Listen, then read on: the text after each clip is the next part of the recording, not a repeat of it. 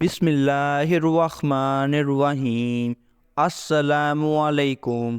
روزانہ واقعات سننے کے لیے اس چینل کو سبسکرائب کریں۔ بسم اللہ کی برکت کا واقعہ۔ کہا جاتا ہے کہ کسی علاقے میں قحط سالی پیدا ہو گئی۔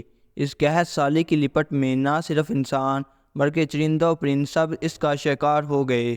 معاشی مالکان بے حد پریشان تھے۔ اس دوران ایک مسجد کے مولوی نے جمعے کے خطبے میں نہایت یقین کے ساتھ یہ بات بتائی کہ اللہ کا نام لے کر یعنی بسم اللہ پڑھ کر دریا کو حکم دیا جائے تو وہ بھی نافرمانی نہیں کرتا۔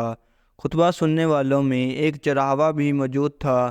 مولوی کی یہ بات اس کے دل میں اتر گئی اور اس بات پر اس کا یقین کامل ہو گیا۔ اس نے واپس آ کر اپنی بکریاں کھولیں اور سیدھا دریا پر چلا گیا۔ اونچی آواز سے بسم اللہ الرحمن الرحیم پڑھا اور دریا کو کہا وہ اپنی بکریاں چرانے کے لیے دوسرے پار جانا چاہتا ہے اور اسے کہہ کر مجھے اپنے اوپر سے گزرنے دے۔ یہ کہہ کر اس نے اپنی بکریوں کو لیا اور دریا پر چلتا ہوا دریا پار کر گیا۔ دریا کے دوسری طرف کا علاقہ گھاس سے بھرا پڑا ہوا تھا۔ درختوں کے پتے بھی سلامت تھے کیونکہ کسی کو یہاں تک آنے کی رسائی نہیں تھی۔ اس نے خوب اچھی طرح اپنی بکریوں کو سیر کروایا اور واپس لوٹ آیا۔ پھر یہ اس کا معمول بن گیا کہ وہ بکریاں پار چھوڑ کر واپس آ جاتا اور شام کو جا کر بکریاں واپس لے آتا۔ اس کی بکریوں کا وزن دگنا چگنا ہو گیا۔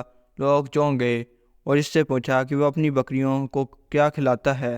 وہ سیدھا سادہ اور صاف دل نوجوان تھا۔ اس نے صاف صاف بات بتا دی کہ جناب میں تو بسم اللہ الرحمن الرحیم پڑھ کر دریا پر چل کر اپنی بکریاں دوسری طرف چروانے لے جاتا ہوں۔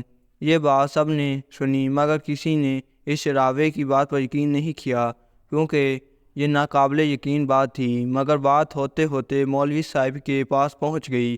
مولوی صاحب نے اس چرواہے کو بلوایا اور سارا ماجرا پوچھا۔ اس چرواہے نے مولوی صاحب کو ہی حوالہ بنا لیا کہ مولوی صاحب میں تو آپ کا شکریہ ادا کرنے والا تھا۔ آپ نے جمعے کے خطبے میں جو نسخہ بتایا تھا کہ بسم اللہ کہہ کر دریا کو بھی حکم دو تو وہ بھی انکار نہیں کرتا، تو میں تو بس آپ کے نسخے پر ہی عمل کر رہا ہوں۔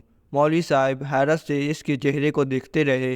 مولوی صاحب نے کہا بھائی صاحب ایسی باتیں تو ہم ہر جمعے میں کرتے ہیں، فقط ان کا مقصد لوگوں کا ایمان بنانا ہوتا ہے۔ مگر بکریوں والا ڈٹا رہا کہ میں تو بس بسم اللہ کہہ کر پانی پر چلتا ہوں اور بکریوں سمیت پانی پار چلا جاتا ہوں۔ آخرکار مولوی صاحب نے صبح خود یہ تجربہ کرنے کی ٹھانی جسے دیکھنے چرواہے سمیت پورا علاقہ بھی آ گیا۔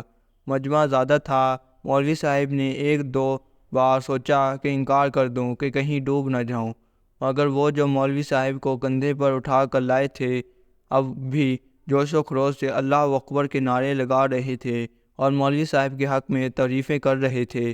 آخرکار مولوی صاحب نے اپنے ڈر کو دور کرنے کے لیے ایک رسہ منگوایا۔ پہلے اسے ایک درخت کے ساتھ باندھا، پھر اپنی کمر کے ساتھ باندھا، پھر ڈرتے ڈرتے ڈھیلا ڈھیلا بسم اللہ پڑھا اور دریا پر چلنا شروع ہو گئے، مگر پہلے پاؤں ہی رکھا تھا کہ پانی میں گر گئے۔ مولوی صاحب ڈبکیاں کھانے لگے اور پانی کے بہاؤ میں بہنا شروع ہو گئے۔ لوگوں نے کھینچ کھینچ کر باہر نکالا۔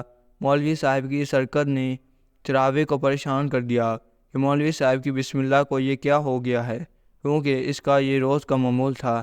اس کے اپنے یقین میں کوئی فرق نہ آیا۔ اس نے بسم اللہ پڑھ کر بکریوں کو پانی کی طرف اشارہ کیا اور خود ان کے پیچھے چلتا ہوا پار چھوڑ کر واپس بھی آ گیا۔ لوگ اسے ولی اللہ سمجھ رہے تھے اور اس کے حق میں نعرے لگا رہے تھے، مگر وہ سب سے بے نیاز سیدھا سادہ انسان تھا۔